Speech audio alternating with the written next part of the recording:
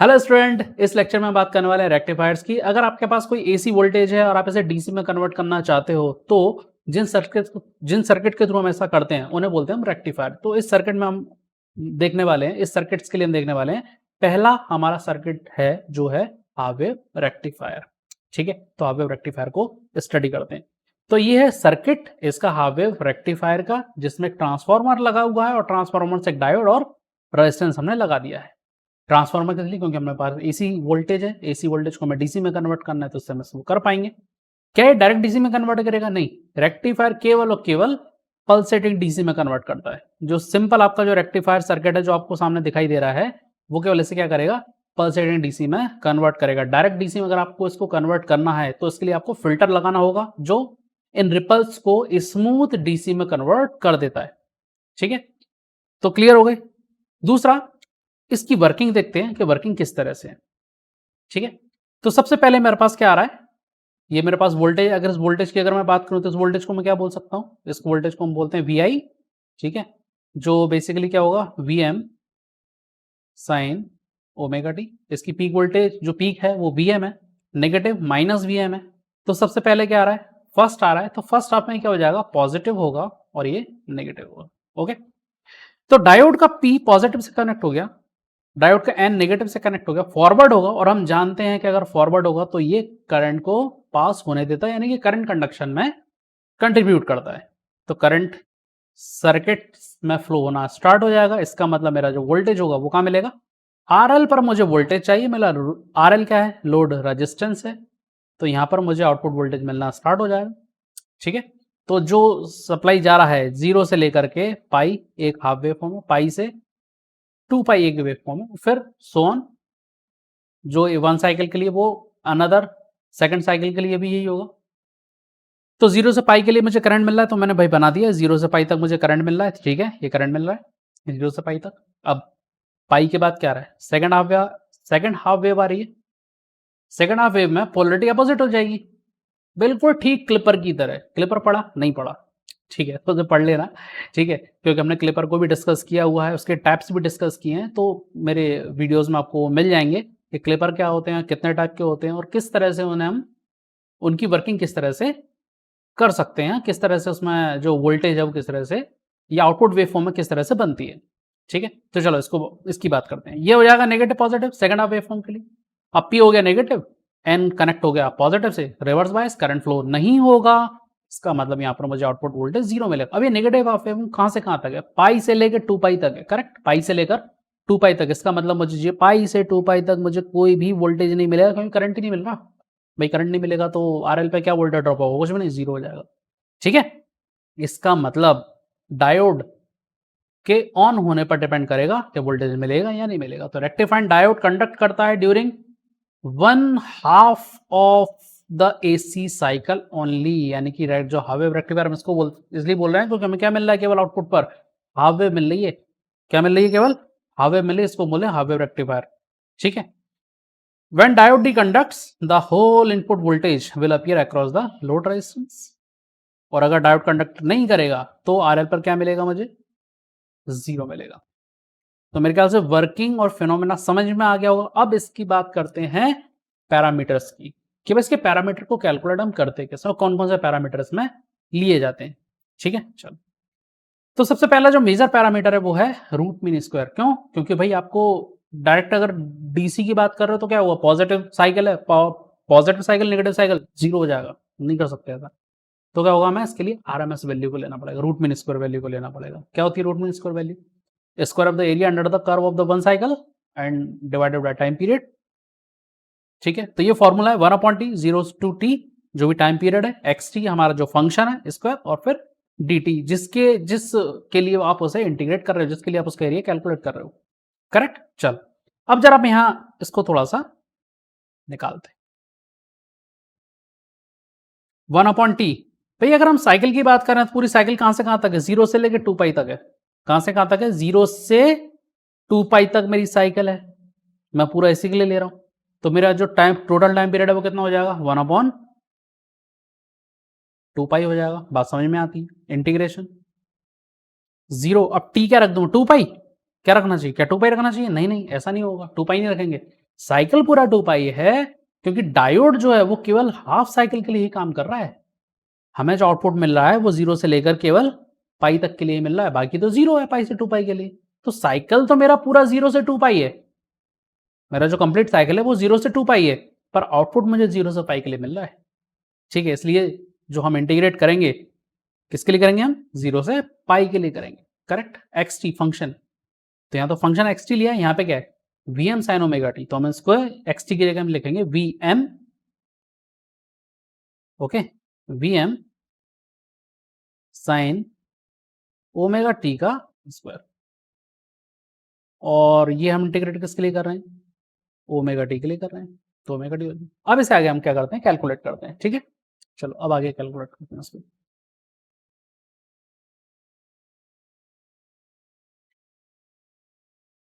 इसे अगर कैलकुलेट करें तो हम इसको लिखेंगे root 1/2 pi integration 0 to pi, okay, ये क्या हो जाएगा वी एम स्क्वायर और sine square omega T D omega t. Correct, इसको ऐसे कर देते हैं। अब साइन स्क्वायर ओमेगा टी का डायरेक्ट इंटीग्रेशन कर सकते हैं क्या, नहीं होता। इसका मतलब है साइन स्क्वायर ओमेगा टी को मुझे चेंज करना पड़ेगा। साइन स्क्वायर थीटा क्या होता है 1 minus cos 2 theta divide by 2 होता है। ठीक है, तो बस यही फॉर्मूला हम इसमें यूज कर लेंगे।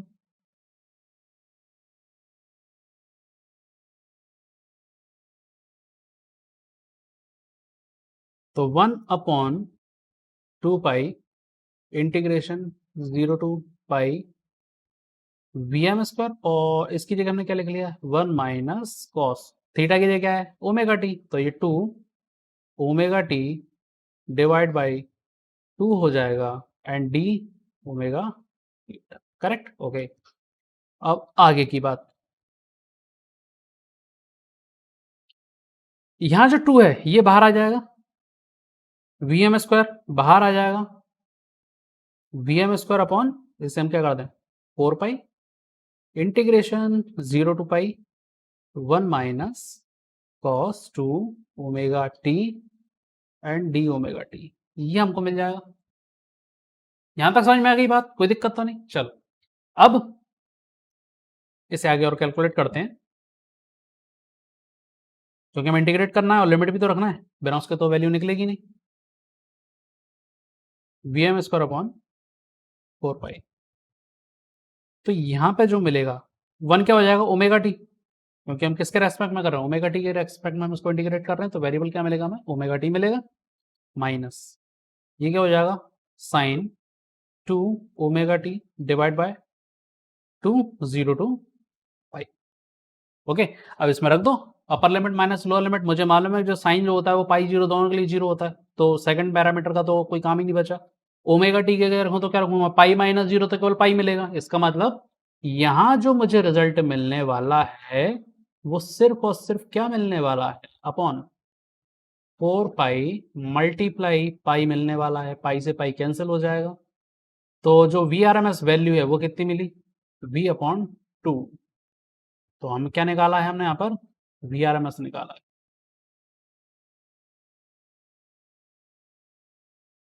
ठीक है, तो वी आर एम एस कितना आ गया वी एम बाई 2 आ गया। अब नेक्स्ट जो है वो हमें किसकी बात करना है एवरेज और द डीसी वोल्टेज, ये हमारे पास दूसरा पैरामीटर है कि एवरेज और डीसी वैल्यू क्या होगी। ठीक है, क्योंकि हमें डीसी कंपोनेंट मिल रहा है तो एसी तो मिल रहा है हमें, क्योंकि उसके अंदर रिपल्स है, उसके अंदर कुछ ना कुछ वेरिएशन आ रहा है, कंप्लीट डीसी तो है नहीं है। ठीक है, इसका मतलब उसमें दो कंपोनेंट हमें मिलेंगे, डीसी भी निकालना और हमें उसमें एसी यानी कि रिपल जो सॉरी वीआरएमएस, तो वीआरएमएस हम कैलकुलेट कर चुके हैं, अब क्या निकालना है हमें डीसी एवरेज की बात करना है। तो अगर एवरेज की अगर हम बात करें तो क्या होता है total time period, total time period कितना है 1/2 पाई और एडिशन ऑफ कंप्लीट वेवफॉर्म। ठीक है, कौन सा आउटपुट, तो 0 से लेकर पाई तक मुझे क्या मिल रहा है केवल V M sine omega T D omega T मिल रहा है। और उसके बाद जरा देखते हैं पीछे चल के 0 से पाई तक मुझे क्या मिला V M sine omega t मिला, जैसा वेवफॉर्म है वैसा ही मिला, पर पाई से लेकर 2 पाई तक कितना हो गया ये 0, मुझे तो चाहिए पूरे कंप्लीट साइकिल के लिए कहाँ तक चाहिए? कंप्लीट साइकिल के 0 से लेके 2 पाई तक के लिए चाहिए। तो 0 से पाई और पाई से 2 पाई मुझे दोनों कैलकुलेट करना। तो 0 से पाई तक तो v sin ओमेगा t आ रहा है और पाई से 2 पाई 0 है। तो बस अब हमें यहाँ पे क्या रखना है इसकी जगह, प्लस पाई से 2 पाई चलेंगे 0 dot D omega t. Correct. अब इसे हम सॉल्व कर लेते हैं। तो इसलिए हमें क्या मिल जाएगा, इसका पैरामीटर मिल जाएगा। तो 0 0 कोई सेंस नहीं बनना भाई, 0 कर दो इसको। ये क्या कितना मिलेगा, और 1 है तो Vm को बाहर निकाल लो इंटीग्रेशन से, Vm को बाहर कर देते हैं, sine omega T minus cos omega T मिलेगा, 0 टू पाई मिलेगा। इसका मतलब Vm upon 2 pi, upper limit minus lower limit अगर मैं रखूंगा तो वैल्यू मुझे कितनी मिलेगी,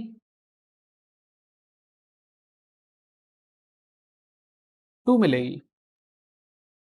तो कितना रिजल्ट मिला मुझे, Vm अपॉन 2। तो मुझे दोनों वैल्यू मिल गई, VDC और VRMS, जो दो इंपॉर्टेंट पैरामीटर। इसके बाद आता है रिपल फैक्टर। ठीक है, ये रिपल फैक्टर क्या बताता है, रिपल फैक्टर ये बताता है कि भाई आपको क्या चाहिए था, परफेक्ट डीसी चाहिए था। अब क्या परफेक्ट डीसी मिल रहा है, नहीं परफेक्ट डीसी तो नहीं मिल रहा, कुछ ना कुछ इसमें रिपल्स आ रहे हैं, इसका मतलब कुछ ना कुछ वेरिएशन मुझे देखने को मिलेगा। तो मुझे यहाँ पर रिपल फैक्टर कैलकुलेट करना होगा। तो रिपल फैक्टर की अगर हम बात करें तो क्या है ये, the ratio of RMS value of AC component, जो भी हमें एसी मिला है उसका आरएमएस हमें यहाँ पर निकालना है, and then DC component in the rectifier out. Okay, तो इसका मतलब जो गामा है मेरा वो क्या हो जाएगा, वी आर, हमें RMS value V R RMS upon V DC. अब ये जो है बेसिकली क्या है, इसे हम बोलते हैं रिपल वोल्टेज। ठीक है, तो ये कैसे कैलकुलेट होता है, ये कैलकुलेट होता है V R M S square minus V D C square. Quote कर देते हैं इसको,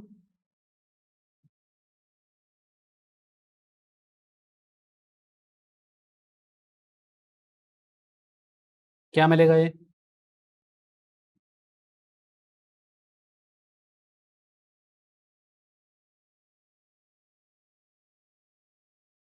अपॉन वी डी सी मिलेगा। ठीक है, तो इसको हम अगर वी डी सी को हम क्या करें, अंडर रूट के अंदर ले जाएं और डिवाइड कर दें, तो क्या मिलेगा भाई, V D C under root के अंदर जाएगा तो क्या हो जाएगा, ये स्क्वायर हो जाएगा। डिवाइड करोगे इसका मतलब V R M S upon V D C का स्क्वायर और माइनस, सिर्फ ये बचेगा। ठीक है, बस तो हमारे पास आरएमएस वैल्यू है, हमारे पास निकाल चुके हैं हम, डीसी वैल्यू निकाल चुके हैं, पुट करो और वैल्यू निकाल लो। ठीक है, तो क्या मिल जाएगा ये मुझे, अंडर रूट वीएम वीएम से कैंसिल हो जाएगा, इसका मतलब मुझे जो वैल्यू मिलेगी, ठीक है, वीएम से वीएम, ये जो वीएम है ये वीएम से वीएम कैंसिल हो जाएगा, तो जो यहाँ वैल्यू मिलेगी वो मिलेगी पाई अपॉन 2 स्क्वायर माइनस 1। इसे कैलकुलेट करोगे अगर तो इसकी वैल्यू मिलेगी 1.21। ओके, तो रिपल फैक्टर जो आता है हाफ वेव रेक्टिफायर का वो कितना आएगा, 1.21 आएगा। ओके, चलो, तो मेरे ख्याल से यहाँ तक समझ में आ गई। अगर वीडियो भी पसंद आया है, अच्छा लग रहा है वीडियो, तो लाइक करो, शेयर करो, सब्सक्राइब कर लेना, बेल आइकन का बटन दबा लेना। ठीक है, तो नेक्स्ट जो वीडियो आएगा वो फुल वेव रेक्टिफायर, तो उसकी भी तो नोटिफिकेशन मिलना चाहिए। ठीक है, चलो आगे बात करते हैं एफिशिएंसी की। मैंने इनपुट दिया एसी, आउटपुट मिला डीसी, तो एफिशिएंसी कितनी, उस सर्किट ने जो आउटपुट डिलीवर किया इनपुट लेने के बाद, तो सर्किट की वर्किंग एफिशिएंसी कितनी, तो उसे हम इजी से निकालते हैं। तो क्या निकलेगा, फॉर्मूला है इसका, DC output power upon AC input power. हमारे पास दोनों है, डीसी भी है और एसी भी है, पावर है।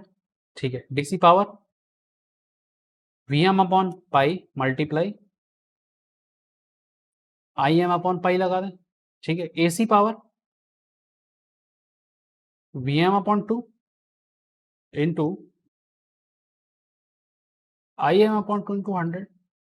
इसका मतलब वैल्यू कितनी मिल जाएगी मुझे, 4 अपॉन पाई स्क्वायर इंटू 100 मिल जाएगी। वैल्यू कितनी मिलेगी, 40.6%। इसका मतलब जो एफिशिएंसी है वो कितनी है, 40.6% आप रेक्टिफायर की एफिशिएंसी हमको मिलेगी। क्लियर? इसके बाद एक अलग पैरामीटर और आता है जिसे बोलते हैं हम ट्रांसफार्मर यूटिलाइजेशन फैक्टर, ठीक है, जो बेसिकली क्या डिफाइन करता है, DC power output to the transformer volt ampere rating required by the secondary winding, ठीक है। तो ये कैसे निकाल सकते हैं हम, जो डीसी आउटपुट मिल रहा है और सेकेंडरी की जो हमारी एसी रेटिंग है उसको यूज करके हम इसको निकाल सकते हैं, ठीक है। तो टीओएफ हमारा यहां से निकल जाएगा। डीसी पावर जो है वो कितनी है, अगेन डीसी पावर जो है वो हमारे पास यहां पे लिखी हुई है, VM I am upon pi square हो जाएगा, ठीक, डिवाइड बाय, अब एसी रेटिंग और ट्रांसफार्मर फॉर द सेकेंडरी इसकी बात करनी है तो क्या होगा, यहां थोड़ा सा ध्यान देना पड़ेगा, क्योंकि अगर मैं वोल्टेज की बात करूं तो मेरा वोल्टेज तो पूरा जा रहा है, वोल्टेज कैसा है, वोल्टेज तो मेरा कंप्लीट साइकिल में जा रहा है, और अगर कंप्लीट साइकिल की बात करते हैं तो हम हमेशा आरएमएस की बात करते हैं, कोई कंप्लीट साइकिल का जो आरएमएस आता है वो कितना आएगा, वीएम अपॉन रूट 2 आएगा, ठीक है, वीएम अपॉन रूट 2 आएगा। और करंट की बात करने क्योंकि हमें वही क्या होता है, पावर क्या होता है, वोल्टेज इनटू करंट होता है, तो वोल्टेज तो है मेरे पास क्योंकि कंप्लीट साइकिल क्लियर, और कंप्लीट साइकिल के लिए आरएमएस जो निकलता है वो वीएम अपॉन रूट 2 निकलता है। पर आई का क्या, करंट का क्या करंट पूरी साइकिल के लिए फ्लो हो रहा है, नहीं, करंट केवल और केवल सिंगल साइकिल के लिए फ्लो हो रहा है, और सिंगल साइकिल के लिए आरएमएस हमने हाफ वेव रेक्टिफायर में क्या निकाला है, ये वीएम अपॉन 2, अगर वोल्टेज वीएम अपॉन 2 है तो करंट भी क्या हो जाएगा, आई एम अपॉन 2, ओके, या वीएम अपॉन आरएल भी कह सकते हो, पर हम करंट सिंपल बात कर रहे हैं तो RL upon I am upon 2 के रेस्पेक्ट में हम बात करें, ठीक है। तो यहां आ जाएगा हमारे पास आई एम अपॉन 2, ठीक, चलो, तो रेशो कितना आया, अगर इससे हम रेशो निकालें तो हमें जो मिलेगा अपॉन पाई स्क्वायर मिलेगा, इसका मतलब जो वैल्यू मिलेगी वो हमें 0.287 हमें ये वैल्यू मिलेगी। अगर मैं यहाँ पर रेजिस्टेंस को अगर कंसीडर करता हूँ, कौन से दोनों रेजिस्टेंस, अब यहाँ ध्यान देना, अगर मैं यहाँ पे दोनों रेजिस्टेंस को कंसीडर करता हूँ, कौन कौन से, डायोड का फॉरवर्ड रेजिस्टेंस और आरएल दोनों को अगर मैं कंसीडर करता हूँ, तो यहाँ जो हमने अभी बात की है वीएम और आईएम की, तो यहाँ हम आरएल की फॉर्म में बात करेंगे, तो यहाँ हम आरएल की फॉर्म में बात करेंगे, आरएफ और आरएल की फॉर्म में बात करेंगे। तो एसी में क्या मिलेगा, आरएफ प्लस आरएल मिलेगा, ठीक है, और बाकी समय तो आरएल मिलेगा केवल। तो जो फैक्टर मिलेगा पूरा का पूरा वो 0.287 times of RL upon RF plus RL हो जाएगा। तो मेरे ख्याल से ये जो रेजिस्टेंस सीरीज और रेजिस्टेंस वाला जो कॉम्बिनेशन है वो हम आराम से कर लेंगे इसको, वो ऐसी उम्मीद करता हूँ, ठीक है। तो फैक्टर जो है हमारा वो कितना फैक्टर है, 0.287 हमें यहाँ पर मिलेगा।